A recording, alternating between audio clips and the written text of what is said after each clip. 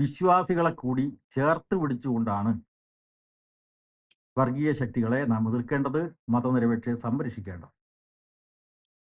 അപ്പോൾ ആ കൂട്ടത്തിൽ വേറൊരു കാര്യം കൂടി പറയേണ്ടതുണ്ട്. കാരണം നമ്മളിപ്പോൾ ഈ പുസ്തകം എഴുതിയതിന് ശേഷമാണ് കൊടുങ്ങല്ലൂർ കാവ് സന്ദർശിക്കാൻ ഇടയായത്. സംഘപരിവാറിൻ്റെ കേരളത്തിലെ ചാനൽ വലിയ വാർത്ത കൊടുത്തല്ലോ. ഈ കമ്മ്യൂണിസ്റ്റ് ആയിട്ടുള്ള ഇയാൾ തെരഞ്ഞെടുപ്പ് തോറ്റതിന് ശേഷം കൊടുങ്ങല്ലൂർ അമ്മയെ കാണാൻ പോയിട്ട് അനുഗ്രഹം തേടുകയാണ്. ഞാൻ കൃത്യമായി പറഞ്ഞു, ദർശനവും സന്ദർശനവും രണ്ടും രണ്ടാണ്. ഞാൻ കമ്മ്യൂണിസ്റ്റുകാരനാണ്. അപ്പോൾ കമ്മ്യൂണിസ്റ്റുകാരന് മനുഷ്യർ എവിടെയെല്ലാം എത്തുന്നുണ്ടോ അവിടെയെല്ലാം പോകുന്നതിന് യാതൊരു തടസ്സവുമില്ല. എന്താണ് സംഘപരിവാർ ശക്തികളും ഈ വർഗീയ പ്രസ്ഥാനങ്ങളും ആഗ്രഹിക്കുന്നത്? നിങ്ങൾ ആരാധനാലയത്തിലേക്ക് കടന്നു വരാൻ പാടില്ല എന്നതാണ്. മതനിരപേക്ഷതയ്ക്ക് വേണ്ടി നിലകൊള്ളുന്നവർ കടന്നു വരാൻ വേണ്ടി പാടില്ല. ഇവിടെ എല്ലാ വർഗീയതയെയും എതിർക്കുന്ന നിലപാടാണ് കമ്മ്യൂണിസ്റ്റുകാർക്ക് ഉള്ളത്.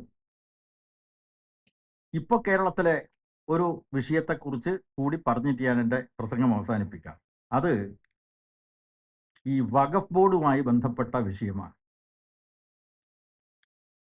ഇപ്പോൾ കേരളത്തിലെ UDF ഭരണം ഞാൻ നേരത്തെ പറഞ്ഞല്ലോ, അത് സംഘപരിവാർ ശക്തികളുടെ ഇടപെടലിനെ ഗൗരവത്തോടെ കൂടി കാണാത്തൊരു ഭരണമാണ് എന്ന് മാത്രമല്ല, സംഘപരിവാർ ശക്തികൾക്ക് വളരെയധികം സഹായകരമായ നിലയിലാണ് കേരളത്തിലെ വലതുപക്ഷ ഭരണം മുമ്പോട്ട് പോയിക്കൊണ്ടിരിക്കുന്നത്.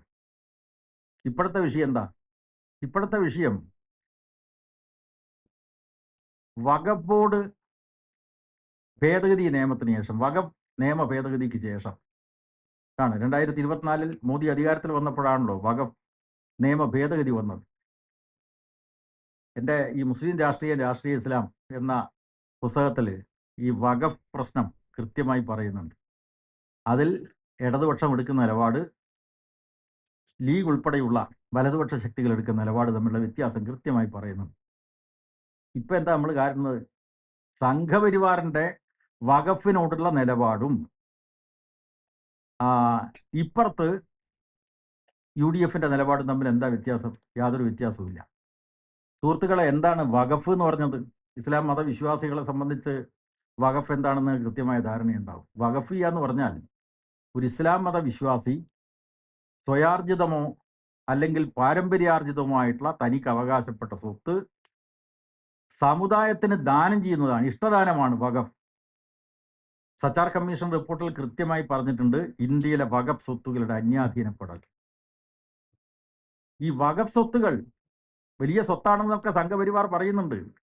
ആ വഖഫ് സ്വത്തുകൾ പലതും ഇപ്പോൾ കൈയടക്കിയത് ആരാണ്? അംബാനിയെ പോലെയുള്ള വലിയ വലിയ കുത്തകളുടെ കയ്യിലാണ് കണ്ണായ സ്ഥലത്തെ വഖഫ് സ്വത്തുകളുള്ളത്, ഭൂമികളുള്ളത്. അതിലാണ് ഇടപെടൽ വേണ്ടതായി സച്ചാർ കമ്മീഷൻ പറഞ്ഞിട്ടുള്ളത്. അന്യാധീനപ്പെടുന്നത് ഒഴിവാക്കണം. പക്ഷെ BJP അധികാരത്തിൽ വന്നപ്പോൾ എന്തോ ചെയ്തു? അവർ ഈ വഖഫ് ബോർഡ് എന്ന് പറയുന്ന ഏർപ്പാട് അത് ഇസ്ലാം മതവിശ്വാസികളുടേത് മാത്രമായിട്ട് ചുരുക്കാൻ വേണ്ടി പാടില്ല. ആ ബോർഡുകളിൽ അമുസ്ലിം പ്രതിനിധികൾ ഉണ്ടാവണം.